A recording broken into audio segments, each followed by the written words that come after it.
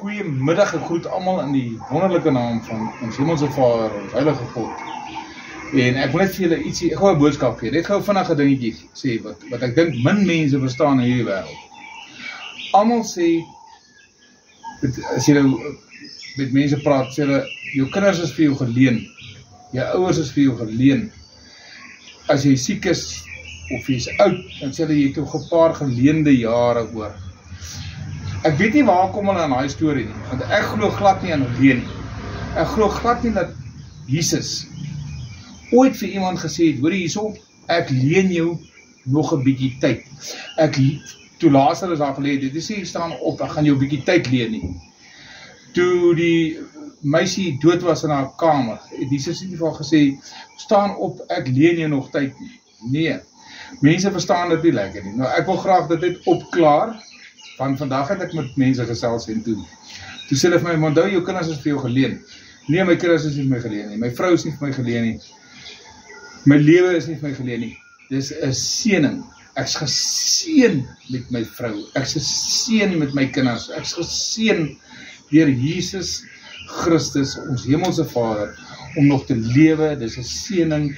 Ek staan op in die oggende, word wakker en ek's weer geseën met 'n dag. Ek's nie geleen vir nog 'n dag nie. My kinders, my vrou is nie vir my geleen nie, is my gegee deur die Hemelse Vader om op te pas en is 'n seëning. Ek wens al die mense kan onthou dat ek dink nie in die hemel, as ons enig hemel toe gaan die Here vir ons iets leen nie. Jy gaan nie by God seker ek 'n bietjie dit leen nie. Hy gee vir ons, hy seën ons.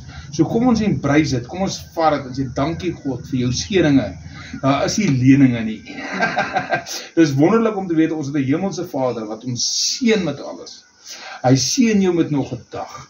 Hy seën jou met jou vrou en kinders. Hy seën jou dat jou kinders veilig mag wees elke dag. Want jy bid en jy is op jou knieë vir hom heel dag. Dis 'n seëning, nie 'n lening nie. Die duiwel sal lenings uitdeel.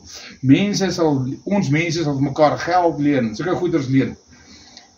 Weet jy, ek nou in COVID, net vandag, het ons bietjie swaar getrek. Het daar mense gekom en gesê, Jesus het gesê, ek moet jou seën. Hier is vir jou ietsie, om seën jou. Dit was nie 'n lening nie. So, kom ons vergeet van lenings, vanavond as dit by ons vrou en kinders in ons lewe kom, dis 'n seëning. En Gippie sê, die lewe is 'n seëning, jou vrou en kinders is 'n seëning, dis nie 'n lening nie. God leen niks nie. Hy seën ons met alles, en alle eer en loof en glorie en alles ons Hemelse Vader. Amen.